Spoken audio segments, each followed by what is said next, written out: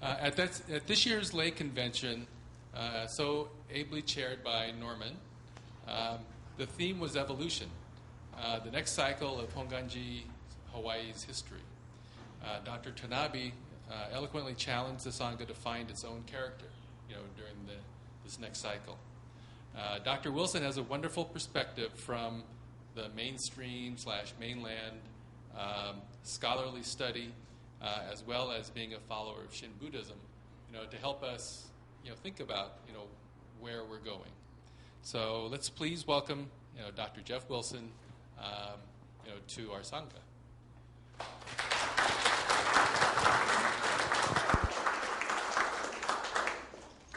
Thank you very much, Dex.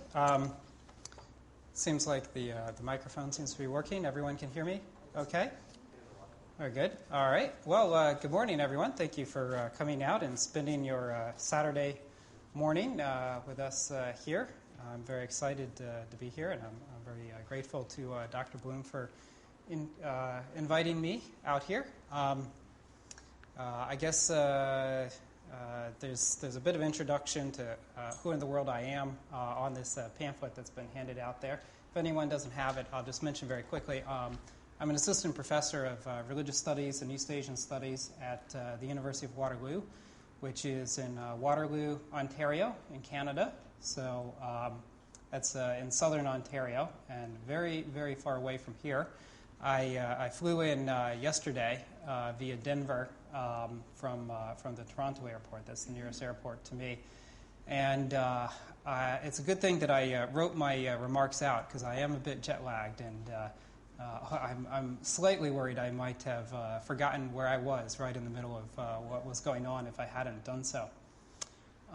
It's kind of mind-boggling in a way to get up yesterday morning, and it was 33 degrees out, and because it's Canada and winter's coming on, they had predicted snow overnight, just a touch, which would have been our first snowfall of the year, of the season rather. But it didn't seem to manage to happen. We did have frost on the car, and I had to scrape that off at 6:30 in the morning when I was getting ready to go to the airport. Of course, that would have been just after midnight here. And drove to Toronto in that terrible traffic, and then flew out here 11 hours in the air, plus, of course, connecting times and that sort of thing. So I'm a little bit bleary-eyed, but I think we'll get through it. Okay. I was wondering, how many jokes I can make about Canada, or how gullible people in Hawaii might be, for that matter. Like I saw a great big cockroach just a minute ago, and I thought to myself, "Oh, I'm in the tropics now again, aren't I?" So I thought about trying to see if I could get away with telling you, "Oh yeah, cockroaches. We have those in Canada too, but they've got fur." But I kind of figure you guys are probably too smart for that. I can't get away with that one. It's a good thing they have fur too, because you want to hear that rustling when they're crawling along the roof of the igloo at night. That warns you that they're coming, right? So. Of course, no, we don't live in igloos in Canada. No, the bugs do not have fur, and most of the people don't either. So it's a very different environment, though, than being here. I'm dressed up a little formally, and I know people are not quite as formal out here. They're also probably just plain smarter and don't wear long sleeves and coats like this, right? But what can I say? This is what I'm used to. But we'll see. You can maybe make bets amongst yourselves. When will the jacket come off? How long can he put up with it? And when will he capitulate eventually? Because I'll be surprised. I wouldn't bet on myself to make it all the way through, actually. So, anyways, that's a little bit about who I am. I am a practitioner of Jodo Shinshu, as well as a scholar of Buddhism. I work on Japan, but in particular, I especially focus on Buddhism in the United States, both historically and contemporary. And some of that is going to inform what I'm talking about here today. And I'm happy to take questions about that as well. We'll have some time for a good audience Q&A after I give my canned lecture here, right? So we'll have some chance for some interaction. I guess I probably ought to go ahead and get the actual official talk going. And there's a teeny tiny little clock over there in the back. It's kind of almost on the other side of the highway. So I'm just gonna put my watch right here to try to keep myself on track. My understanding is I have until about 10:30 or so, and then we'll let Dr. Tanabe make some remarks at that time. Okay, great.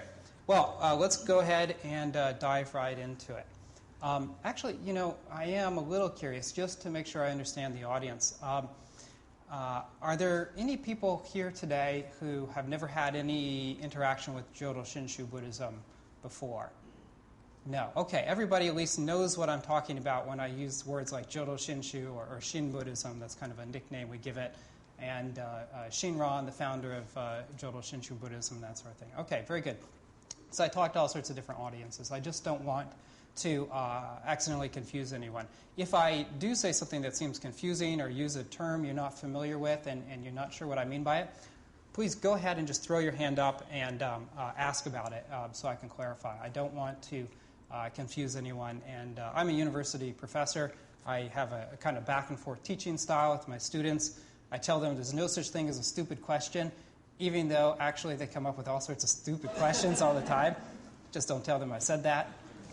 Oh, wait, it's being videotaped. Okay, they're going to play that one on YouTube probably. Anyways, nonetheless, here today there are indeed no stupid questions, so I'd be happy to be interrupted if it'll be useful to people. So with that sort of introduction, let me go ahead. I'll talk for, I guess, about 45 minutes then, and then we'll kind of shake it up and hear from Dr. Tanabe. So for those with the brochures, you'll be aware that my talk today is titled From Japanese to American. And I'd originally intended to spend this first lecture this morning talking about the transformations that took place as Jodo Shinshu moved from Japan into Hawaii and into the U.S. mainland as well. After all, I'm a scholar of American Buddhist history, and it's a subject that I find quite fascinating. I've, in fact, published a number of books and articles on this subject already. But as the date of the lecture began to approach, I found that my interests were shifting from that original conception. To be honest, I think that the history of Jodo Shinshu in America has been handled pretty well by other scholars, including Dr. Bloom and Dr. Tanabe. And, if you just go to Google and you type in something like, Alfred Bloom, Jodo Shinshu, America, you're going to find a wealth of all sorts of great materials on the subject, which includes not only sort of some expert analyses of the past, but also some useful suggestions about where Jodo Shinshu might be going in the future. So I've decided, rather than try and reinvent the wheel here, especially because many of you may be somewhat familiar with Shin history, and for that matter, many of you have lived a lot more of American Buddhist history than I have. I'm a fairly young person, and I figured also there's no real point in you flying a guy in from Canada to tell you about Hawaiian Buddhism, right? So I'm gonna try to move away from that strictly historical approach, such as I might give in one of my lectures in class or something like that. On the other hand, let me say again, if you are interested in more specifics about Jodo Shinshu American history or Buddhist American history in general, just ask during the Q&A period. This is my bread and butter. I'm certainly happy to bore you to death with more details than you ever wanted about the subject. For now, though, I'm going to focus most of my attention on the question of what it is that Jodo Shinshu Buddhism potentially offers to America, and how that potential can be communicated to other people. I believe this is probably the most fruitful way to handle the question of how Shin Buddhism can continue to move from being a Japanese to an American religion, or perhaps we can even say a universal one. And since that's sort of the overall theme of the talk, I felt I'd go in this direction instead. Shin Buddhism is it's something of a historical anomaly from the standpoint of the overall Buddhist tradition. Usually, Buddhism has, in fact, been a missionary religion. It spread throughout hundreds of different cultures in the Indian subcontinent originally, and from there it spread into the countries of Southeast Asia, into Central Asia, into China, Korea, Vietnam, and eventually all the way to Japan, of course, where Shinran referred to Japan as outlying islands scattered in the ocean like grains of millet there. So by the time Buddhism had reached Japan, all the way out there on the edge of Asia, it had gone through many, many different cultures.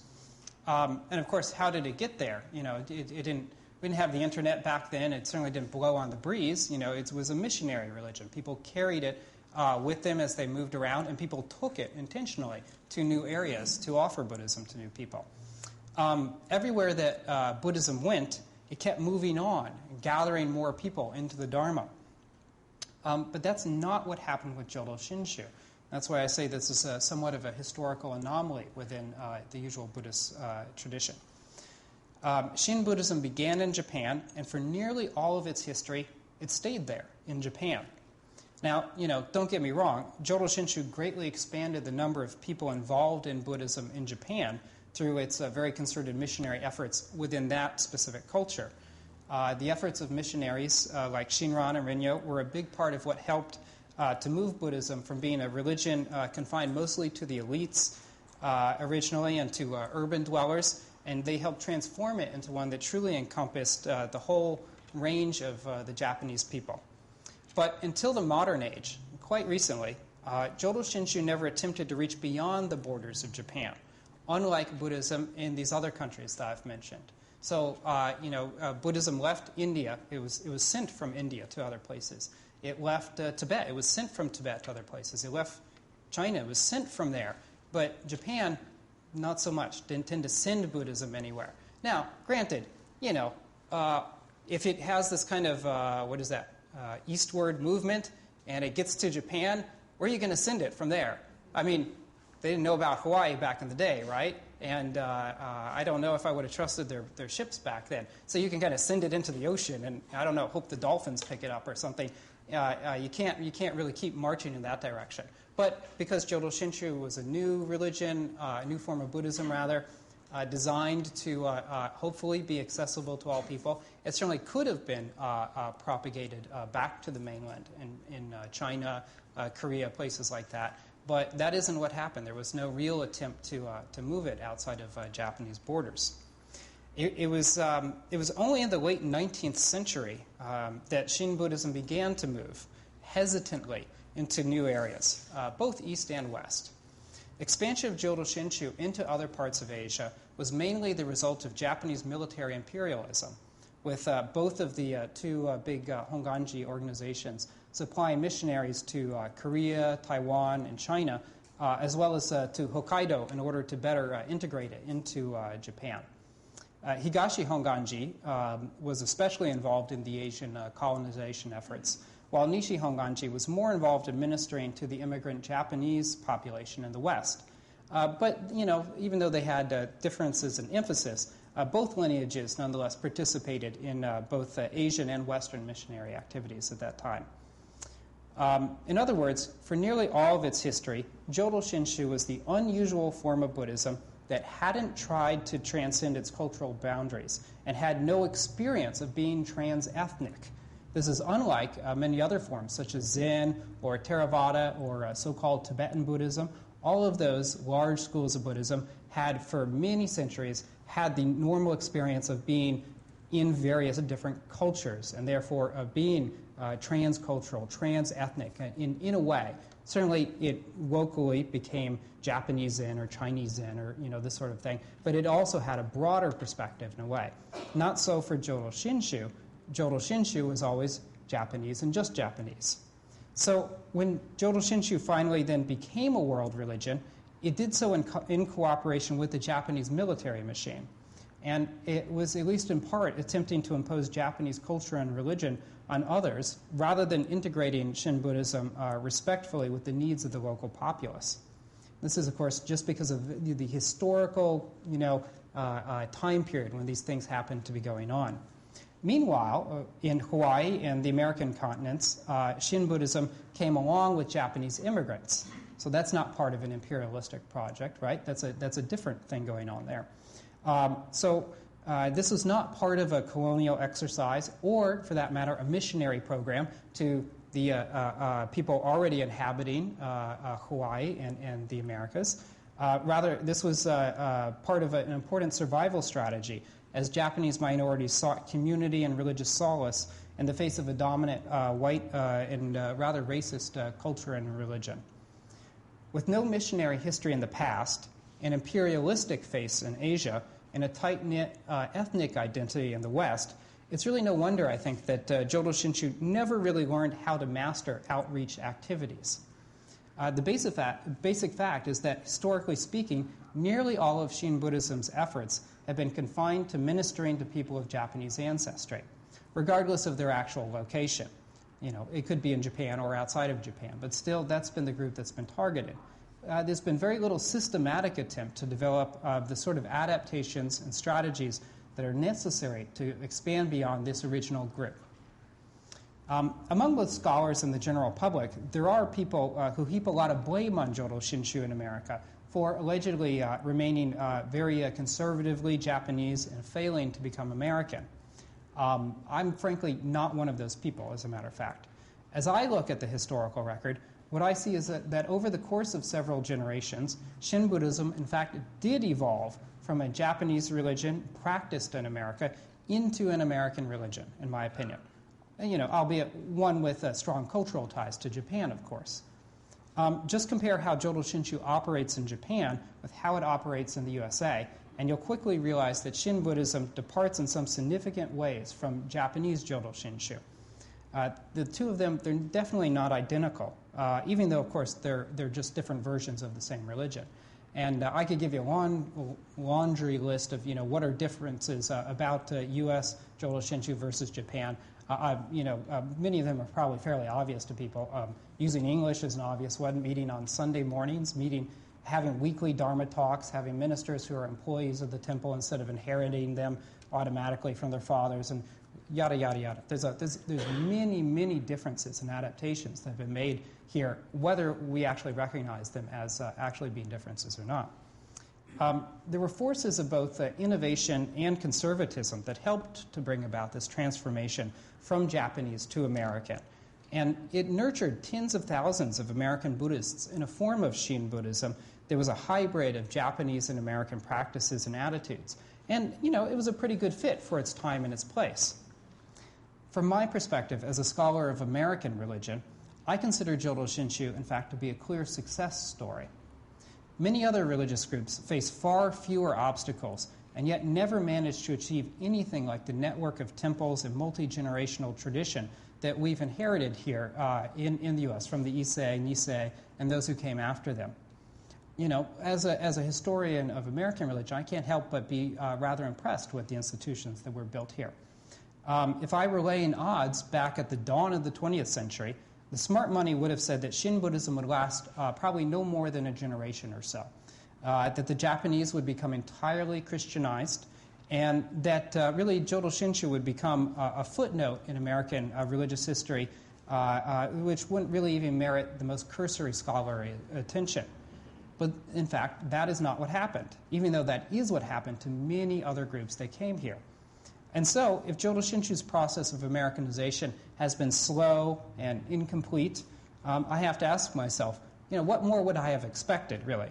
You know, what more could I have asked of a group in its position at that time? However, that's not the only perspective I have on the subject. In addition to being a supposedly disinterested historian, I also happen to be a committed Jodo Shinshu follower myself. I didn't grow up in this tradition, but at this point I've been involved in Shin Buddhism for just about my entire adult life. It's fair to say it's probably been the greatest single influence on my development into the person that I am today. It shapes my fundamental approach to life, and it shapes many of my regular activities. It helped put me on the path to my present career, and it informs everything from my family life to my recreational activities. And as an insider, I have to admit to some concern and, frankly, disappointment. Jodo Shinshu has been successful in the past, but at least in terms of the U.S., its glory days seem to be behind it. The membership numbers of the main institutions, such as the Buddhist churches of America, have been shrinking for decades now. It's even worse, actually, in the Canadian mission. As Buddhism has, meanwhile, exploded into the wider American consciousness, this denomination, Jodo Shinshu, seems to have receded ever more into the shadows. And certainly we can point to some excellent developments, more recent developments in American Shin Buddhism, such as the Pacific Buddhist Academy, I would certainly list, and the Jodo Shinshu Center built in Berkeley by the Buddhist Churches of America recently. And there are certainly many people who are working hard in order to revitalize Jodo Shinshu. But, I have to admit, I still sometimes wonder whether our efforts are too little and too late. Our pace of change is very slow, and it's perhaps too slow in order to keep up with today's very fast-paced, globalized America. Today, it seems incontrovertible that Shin Buddhism has fallen behind the times in America. It remains a form of Buddhism that's adapted to a 20th century America that's rapidly passing into history. In 2010, Shin Buddhism confronts a very different world than when the Issei and the Nisei were first struggling to find a niche in America. Not only are America and the international scene far different, but the reality of American Buddhism has changed as well. Today, America is far more secularized. It's far more ethnically diverse, more educated, and it's a lot more leisure-oriented than it was a century ago. Racism's hardly dead, but it's nowhere near the force that it used to be once upon a time. And American Buddhism has blossomed into thousands of different groups across the country, pursuing a wide multiplicity of forms of the Dharma.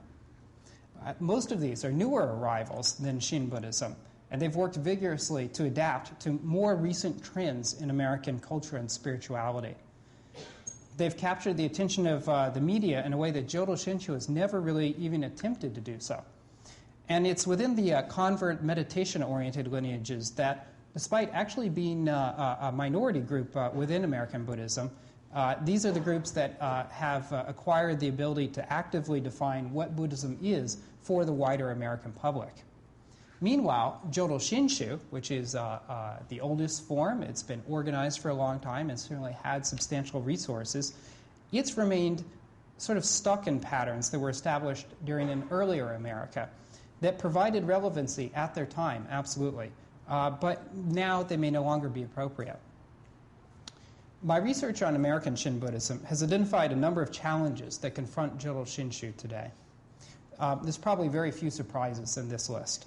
First, of course, we have the shrinking number of Japanese Americans involved in Jodo Shinshu.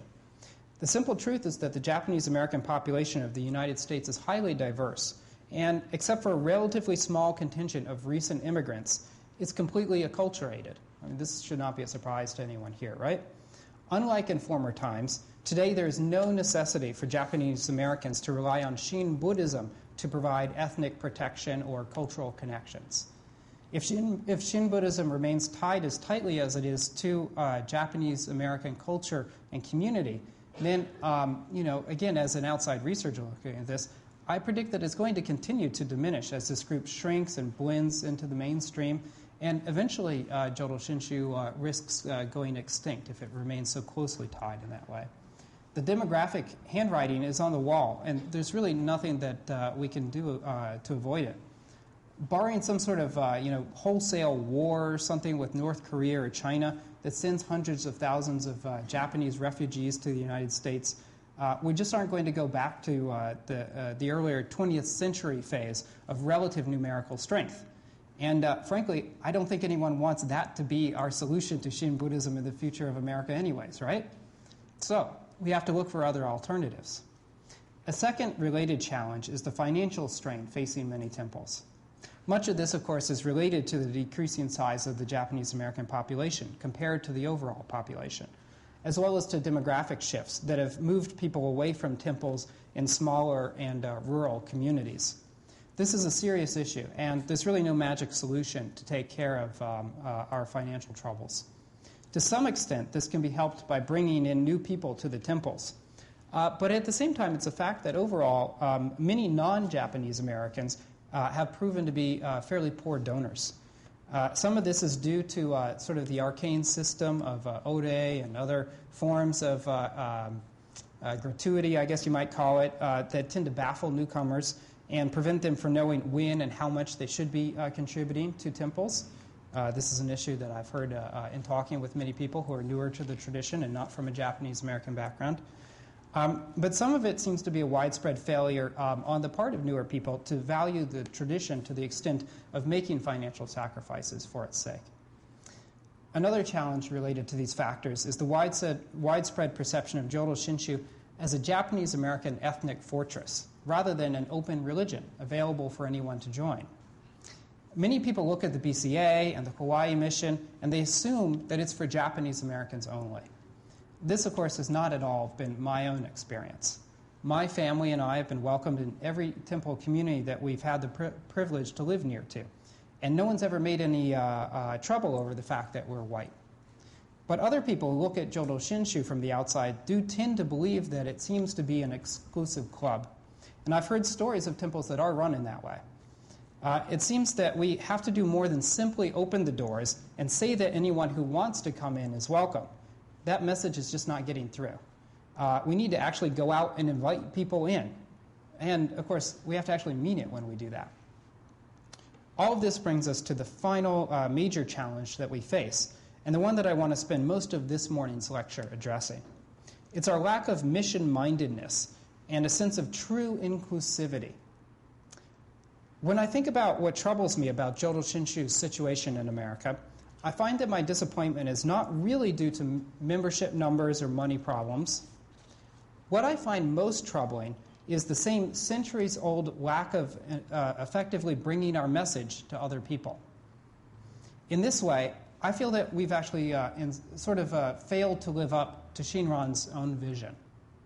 We have a tendency to treat Jodo Shinshu as just another form of Japanese Buddhism. When we do so, we lose sight of the fact that Shin Buddhism was in fact a whole-scale revolution against Japanese Buddhism of the day. It's unique among both the Japanese religions and among other forms of Buddhism.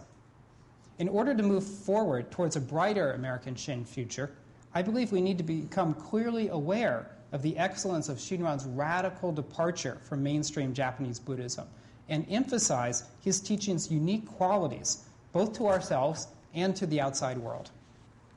So, therefore, for this session this morning, I'm wearing both my scholar's hat and my practitioner's one, so that we can tackle this pressing question. What does Shin Buddhism potentially offer to America that other Buddhisms do not? After all, if we're just another minor flavor of the Dharma, then it frankly doesn't matter very much if we pass our traditions on to the next generations. Our passing will not deprive the world of anything of great importance, and perhaps we'd all be better served by giving our support to some other, more robust form of Buddhism that's more likely to maintain a strong presence on the American scene. At least that would be true if there is nothing unique about Jodo Shinshu. On the other hand, if I'm correct, and there is something rare and wonderful about Jodo Shinshu, then its preservation and enhancement can motivate us to find new ways to maximize its potential and to deliver it to younger generations of Japanese Americans, of Buddhists of mixed ethnic heritage, and to the wider America that's really been involved in Shin Buddhism. Let me just take a little sip here. Guava juice, okay. Once again, I'm not in Canada. And I was told it's fresh guava juice, right? Not a lot of guava trees to make fresh juice out of in Canada. So, when I read Shinran and I reflect on his life, I see a man who was not seeking to save the Japanese. He was not trying to set up an ethnic institution in order to nurture future immigrants in a racist American society. He was not practicing Buddhism as usual, with its deference to the state and the rigid hierarchies between the monastic elite and the dependent masses. Shinran's writings abound with the bodhisattva spirit to save all people and the determination to offer a truly inclusive method that could be practiced by all, no matter where or of what station in life. He was Japanese and he lived in Japan, so of course that's where he carried out his work. But there's not a whiff of Japanese chauvinism or pride, or for that matter, suspicion or hard feelings towards those outside Japan. He only always seeks to open the treasure house of the Dharma as wide as possible in order to show that to everyone that they too are embraced by the light of great compassion. Therefore, in my opinion, if we're to remain true to the founder's vision, we have to consider how Shin Buddhism can complete its evolution from ethnic sect into universal religion and fulfill Shinran's own vision that the primal vow embraces all people. To me, these two questions are intimately tied to one another. Identifying what Shin Buddhism uniquely offers to America and helping it progress from ethnic to universal religion are both part of faithfully carrying Shinran's vision forward and ensuring its survival and hopefully expansion in the West. So let's talk then about how to rest Jodo Shinshu on a widely inclusive vision, rather than on a narrowly ethnic or cultural one. The Shin philosopher Kaneko Dae may be known to some of you. In fact, I mentioned him in the book, and I know some people have read the book, right? Kaneko was a professor at Otani University and a disciple of Kiyozawa Manshi, major reformer in the Meiji period. Kaneko was highly critical of how materialistic the Higashi Honganji tradition had become. And he was actually excommunicated for 10 years from that tradition before he was reinstated. Occasionally in his writings, Kaneko uses a term, inner togetherness, by which he means the natural bonds that we share with other beings. There's an emotional quality to this feeling of fellowness with others, so that when someone else is suffering, we too suffer. Troubled by the suffering of ourselves and others, we look to see what its cause is. Here I'm basically following Kaneko's train of thought. We look at the real situations of actual people in their everyday lives, rather than focusing on the ideal of how we ought to be in order to avoid suffering. In this way, this is very much a Shin sort of path, as it looks to ordinary beings instead of monastic ideals. There's a poem by the monk Ryokan which expresses this idea very well. Here, I'll quote it. "When I think about the misery of those in this world, their sadness becomes mine. Oh, that my monk's robes were wide enough to gather up all the suffering people in this floating world. Nothing makes me more happy than Amida Buddha's vow to save everyone." That's the end of the poem. Kaneko goes on to indicate that in realizing that we and others are fellow beings bonded by an inseparable inner togetherness, we seek a solution to our misery that will be adequate for all people. The answer, according to Kaneko, is the Primal Vow, which embraces all beings just as they are and provides the Nembutsu as the easy practice that anyone can perform. That's about as far as Kaneko took his idea. I want to expand now on the trail that he pointed out in this way, fleshing out this concept of inner togetherness. To me, it's emblematic of what is greatest about Shin Buddhism and is one of the resources that we can use to expand Jodo Shinshu and make it more relevant in America. As I understand it, inner togetherness arises from the fact of interrelatedness. Interrelatedness or interdependence is a central insight of Mahayana Buddhism. It means that nothing exists separate from all the other things in the universe. Every person lives only because they rely on the support of others. No matter how far out you trace the web of relations, there's always more that can be said about it. It is infinite and total, and only a Buddha can truly perceive it in its full extent. Indeed, in the Mahayana tradition, it's often said that comprehension of this totality of the interrelatedness of all things is itself what provokes the awakening of Buddhahood. Thus, while I seem in my deluded mind to be one individual person struggling in the world against others, in fact, from the Buddha's viewpoint, there's no separation between self and other. In traditional language, this is often called emptiness, right? You may have encountered this term in books on Buddhism or maybe in ministers' sermons and this sort of thing. Emptiness because we're empty of independent existence. But inner togetherness is a uniquely Shin term for this understanding. And I like it because it stresses the positive side of the connection, and it stresses the fellowship aspect of that interrelatedness, without losing sight of the inseparable interrelatedness that informs this basic concept. So, there's no separation between self and other, and my life only exists because of others. It is the power of others, the power beyond myself, that sustains my entire existence. we say there is no self. But, another way that we could try to express this is that when you have a near-death experience, the entire history of the universe should flash before your eyes. This vision of this great interrelatedness is embedded in Shin within the story of Amida's Pure Land. In Pure Land Buddhism, we say that we wish to be born together with all beings in the Pure Land. So again, we see this emphasis on togetherness. We seek a common destination that will be acceptable to all people. In this life, we have separations and disputes with other people based on our deluded egos. That's a fact of living that we can't fully overcome. In fact, actually, there are some forms of Buddhism that try to transform this human world into a literal Pure Land here on Earth. That's a noble goal, and certainly I support all efforts to improve the human condition and to preserve the natural environment. But realistically speaking, samsara is never going to be entirely free of suffering. The story of the Pure Land upholds our greatest values, that even though we are imperfect, and we're going to go on being imperfect on some level, still we are embraced by great compassion. And even though we're unable to get along now with one another, our goal is total reconciliation and togetherness.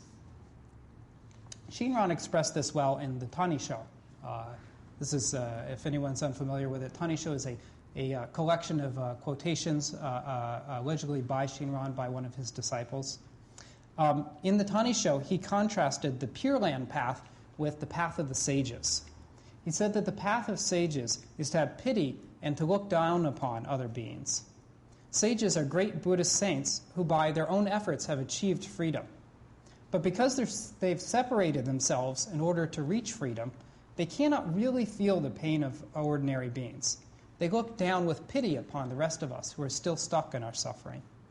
The path of the Pure Land, by contrast, is to be born together with other beings into nirvana, the Pure Land, and then to immediately return in order to help others forever and ever, always returning in order to help them. So even at the moment of achieving our liberation, our freedom, our awakening, our Buddhahood, one doesn't just rest in it, but out of compassion returns again to be together with those beings who are still stuck in samsara. This type of Pure Land compassion keeps the practitioner in constant relationship to others, not separating him into a saint. If you become a saint, you're different from suffering beings, and you can no longer really relate to them. Thus, from Shinran's perspective, the arrogance of the saint actually represents a type of failure. Let me give you an example of this type of Pure Land compassion I'm trying to point to. There's a story in the Kudinsho. These are notes on oral teachings of Shinran.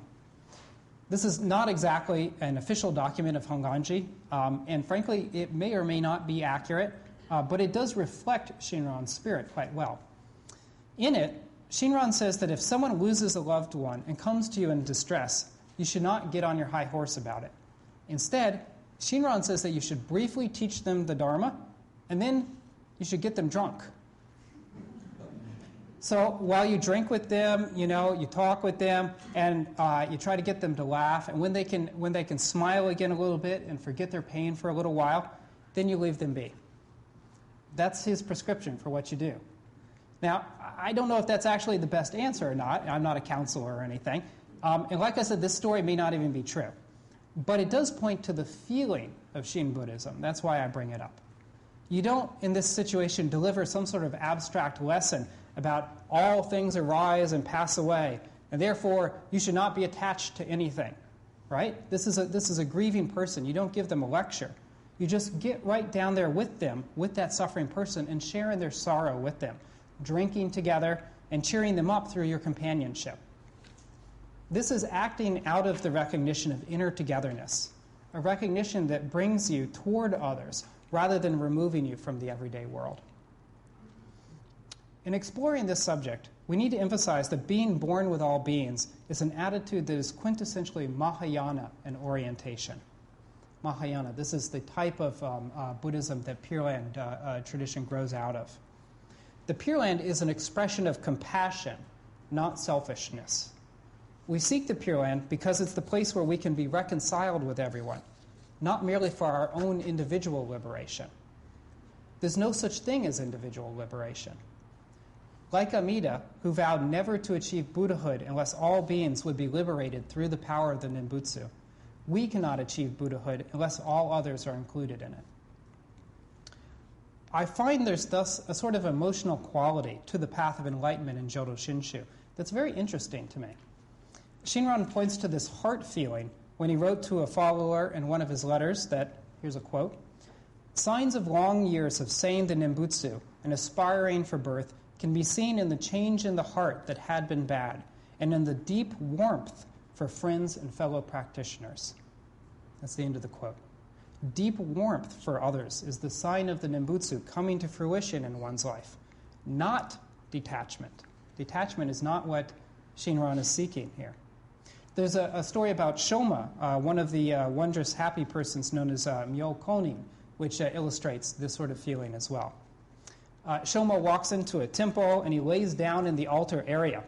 And everybody's shocked by this sort of behavior, which is seemingly, it kind of violates Japanese norms. It seems very disrespectful to them. Yeah, he's lying down in the Naijin area. So they ask him, Shoma, how is it that you feel able to be so disrespectful? But Shoma replies that Amida is his loving parent, and he sees himself as being like a silly child. He feels completely at home in the temple, as if it were his own home.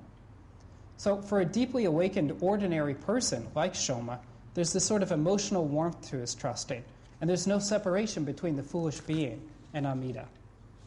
This is not a distant deity in that sort of way, but is very parental, and he feels himself embraced so that he can just go back to being his foolish self and act very naturally, be very comfortable. This inner togetherness that I'm talking about, it's also a vision of totalness. All beings will be born together. All beings are embraced. In the Kyogyo Shinsho, this is Shinran's sort of magnum opus, a fairly scholarly work, Shinran quotes in there the Nirvana Sutra. This is what he says. Quote, "All sentient beings, without fail, ultimately realize great Shinji."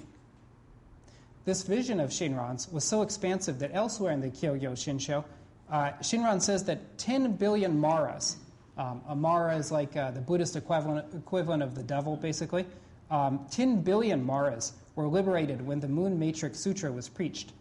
And Shinran says that in the Sun Matrix Sutra, the King Mara, in other words, like Satan himself, was converted to Buddhism and worshipped the Buddha. That's sort of an incredible concept, actually, if you think about it. No other religion that I'm aware of, and it's my job to teach religion and be aware of other religions, no other religion says that even the devil will become a Buddha or become a saint or something like that. If even Mara will be liberated, that means that all beings, even beings that we hate, will be freed. And it means that even the aspects of ourselves that we don't like or even hate about ourselves, those things, nonetheless, they're going to be released in the end as well. Shinran doesn't even stop there, however. In a different work, Notes on Essentials of Faith Alone, Shinran proclaims that, quote, this Tathagata is a word for sort of the absolute aspect of Amida, this Tathagata pervades the countless worlds. It fills the hearts and minds of the ocean of all beings.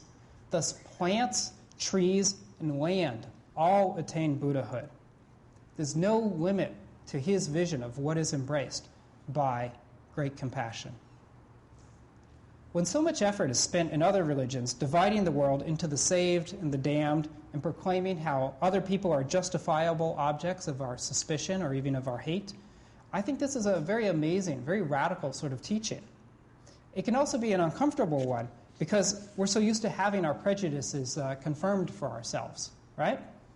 If you take a moment and think about maybe 2 or 3 people that you dislike, actual people, take a moment and think about them, you'll see what I mean, all right?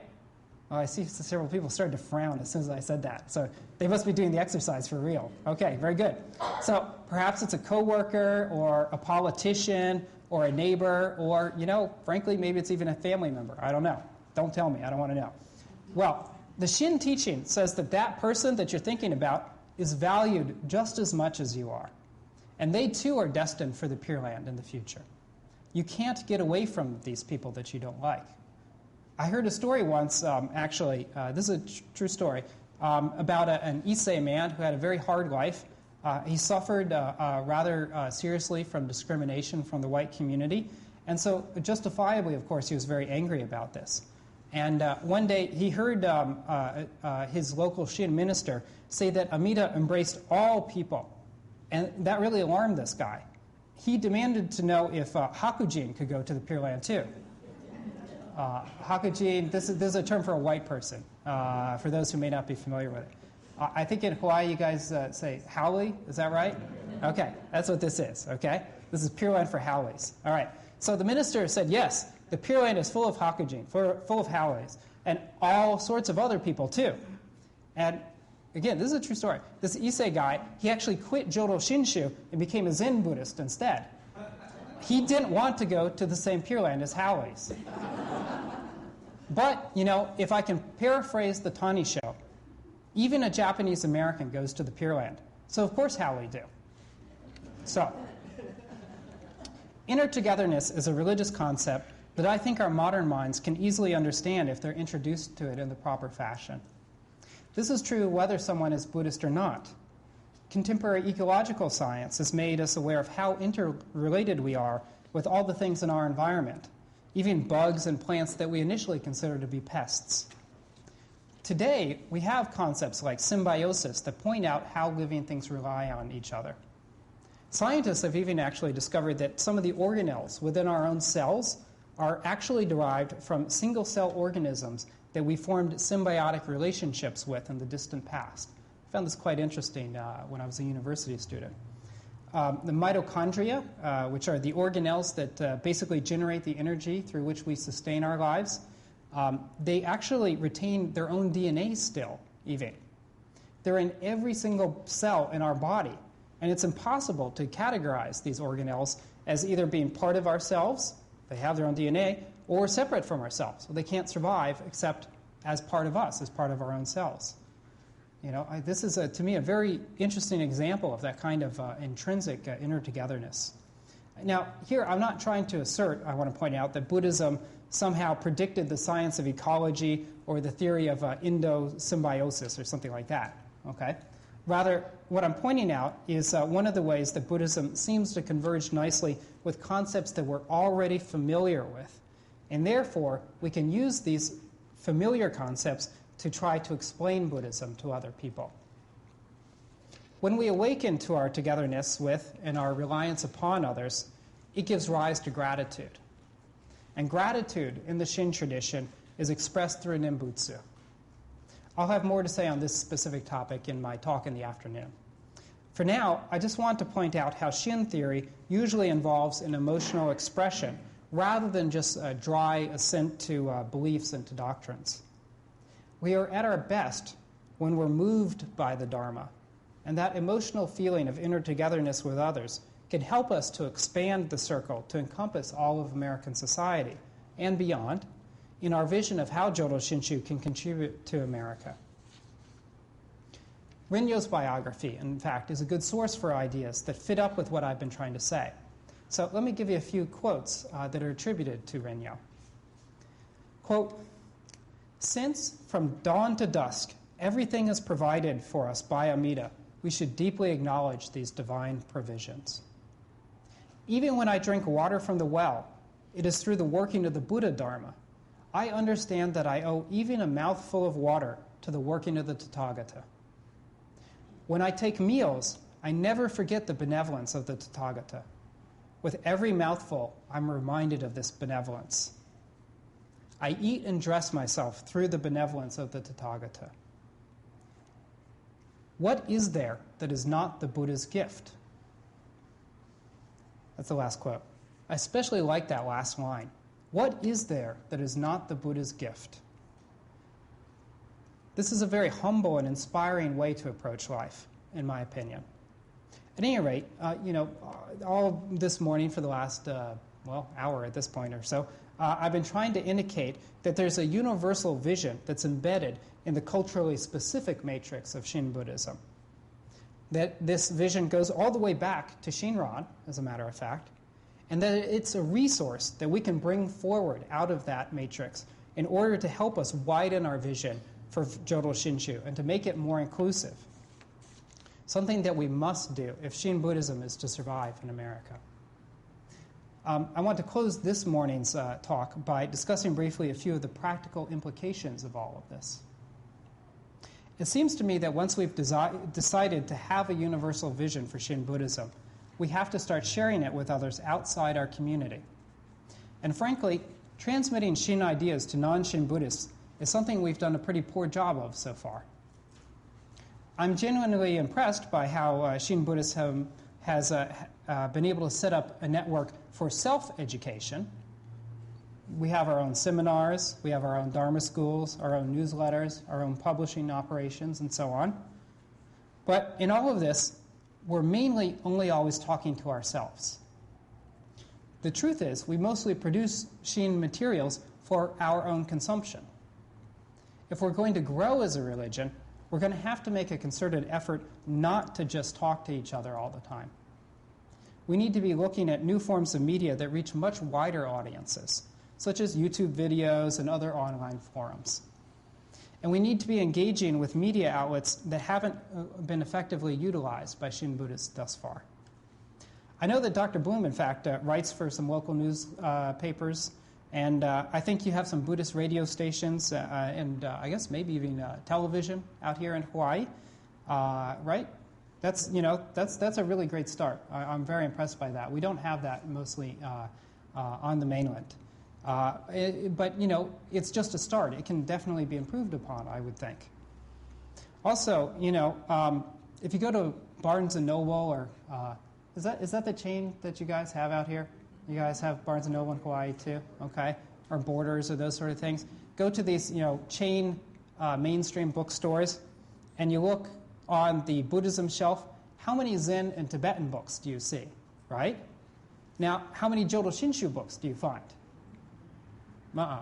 Even though people have been publishing in English on Jodo Shinshu for generations before they started really publishing on Zen or Tibetan Buddhism. But nonetheless, at this point in time, still you don't find the Jodo Shinshu books. It's not because we haven't published dozens and dozens of Shin Buddhist books in English. We've got the bookstore of the Betsuin right over there. I just went and, blew more money than I want to admit on Shin Buddhist books this morning, right? All of which were in English. But we almost always publish them in-house with Buddhist Study Center Press or Nimbutsu Press or something similar. These are great, but they simply cannot reach a significantly wider audience than ourselves. And they're mainly for educating ourselves, right? Again, Dr. Bloom sort of points the way with some of this because he's done some publishing with World Wisdom Press, which is a more mainstream press that is able to get stuff onto Amazon and things like that. But nonetheless, we can go further than that, too. I intentionally published my book, Buddhism of the Heart, which I know a number of you have read or at least got copies of this morning.